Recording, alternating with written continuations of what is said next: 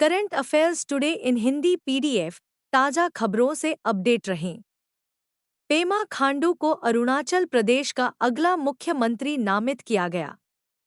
अरुणाचल प्रदेश में पेमा खांडू के नेतृत्व वाली भाजपा ने 60 सदस्यीय विधानसभा में 46 सीटें जीतकर विधानसभा चुनाव में शानदार जीत हासिल की। 2016 में पेमा खांडू ने नबाम तुकी के बाद अरुणाचल प्रदेश के मुख्यमंत्री के रूप में शपथ ली।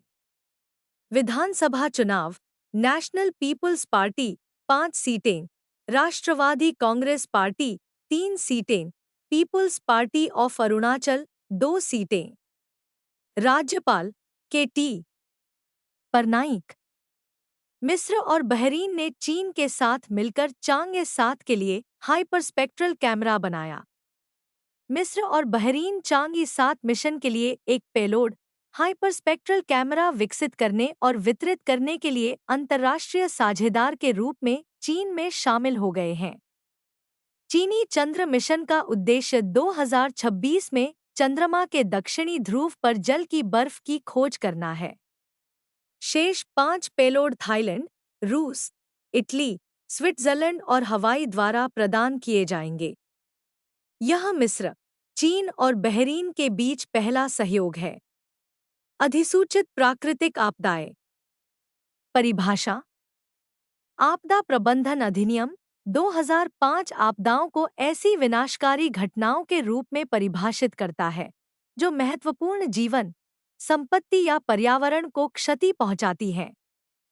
श्रेणियां: चक्रवात, सूखा, भूकंप, आग, बाढ़, सुनामी, ओलावृष्टि, भूस्खलन, हिमस्खलन, बादल फटना, कीट हमला, पाला और शीतलहरें। राहत निधि, राज्य आपदा मोचन निधि और राष्ट्रीय आपदा मोचन निधि से सहायता के पात्र। लाल किला हमला, आतंकवादी मोहम्मद आरिफ कौन है? राष्ट्रपति मुर्मू ने 2000 में दिल्ली के लाल किले पर हमले के षड्यंत्र साजिश रचने के दोषी पाकिस्तानी आतंकवादी मोहम्मद आरिफ उर्फ अशफाक की दया याचिका खारिज कर दी है।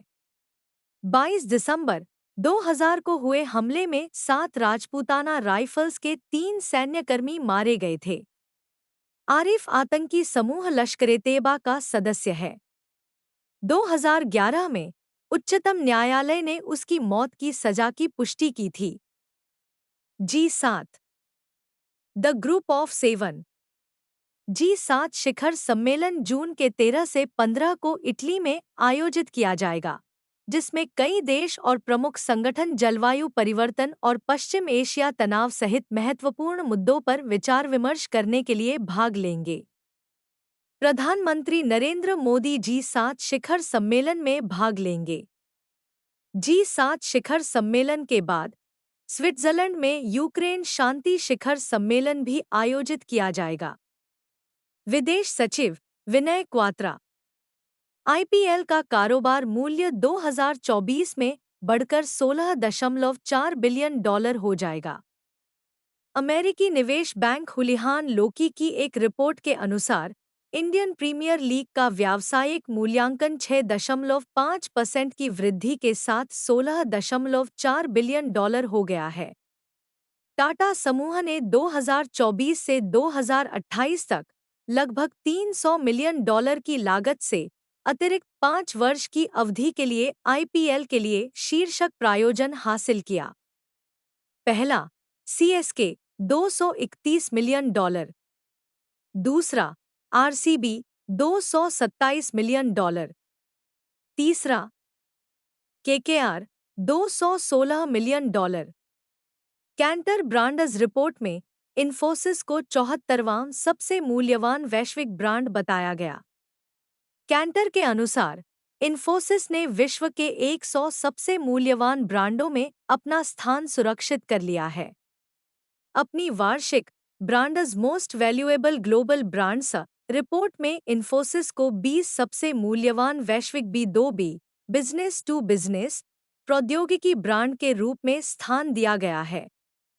इन्फोसिस के संस्थापक एन.आर. नारायण मूर्ति, मुख्यालय बेंगलुरु, सीईओ सलिल पारेख। आज सुबह की प्रमुख 5 सुर्खियां। विश्व बैंक ने वित्त वर्ष 2025 के लिए भारत के विकास का अनुमान बढ़ाकर 6% कर दिया है। कैंटर ब्रांड्स रिपोर्ट में इन्फोसिस को 74वां सबसे मूल्यवान वैश्विक ब्रांड बताया गया। असम सरकार ने बाल विवाह रोकने के लिए मासिक वजीफा देने की घोषणा की। पेमा खांडू को अरुणाचल प्रदेश का अगला मुख्यमंत्री नामित किया गया।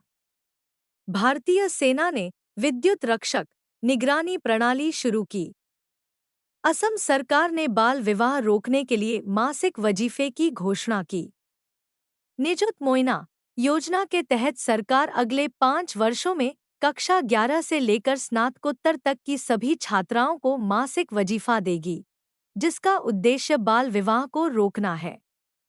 कक्षा 11 और 12 में पढ़ने वाली सभी लड़कियों को 1,000 रुपये प्रति माह, डिग्री छात्राओं को 1,250 रुपये और स्नातकोत्तर करने वाली लड़कियों को 2,500 रुपये मिलेंगे। अनुमानित लागत 1,500 करोड़ रुपए। असम के मुख्यमंत्री हिमंत बिस्वा शर्मा।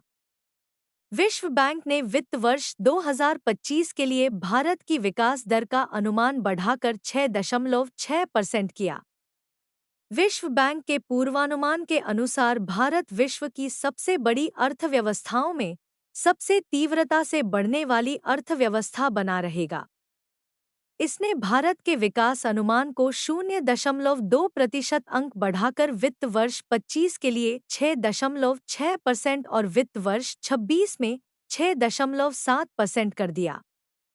हालांकि यह भारतीय रिजर्व बैंक द्वारा अनुमानित 7.2% से काफी कम है। दक्षिण एशिया क्षेत्र में विकास 2024 में 6.2% तक धीमा होने का अनुमान है। विश्व बैंक अध्यक्ष अजय बंगा। नागालैंड में 20 वर्ष बाद ऐतिहासिक नागरिक निकाय चुनाव होंगे। नागालैंड में 26 जून को होने वाले शहरी स्थानीय निकाय चुनावों के लिए 238 महिलाओं सहित कुल 669 उम्मीदवारों ने नामांकन दाखिल किया है। सत्तारूढ़ nationalist democratic progressive party (NDPP) ने 96 महिलाओं सहित सबसे अधिक 256 उम्मीदवार मैदान में उतारे हैं। महिलाओं के लिए 33% आरक्षण वाला यह राज्य का पहला नगरपालिका चुनाव है।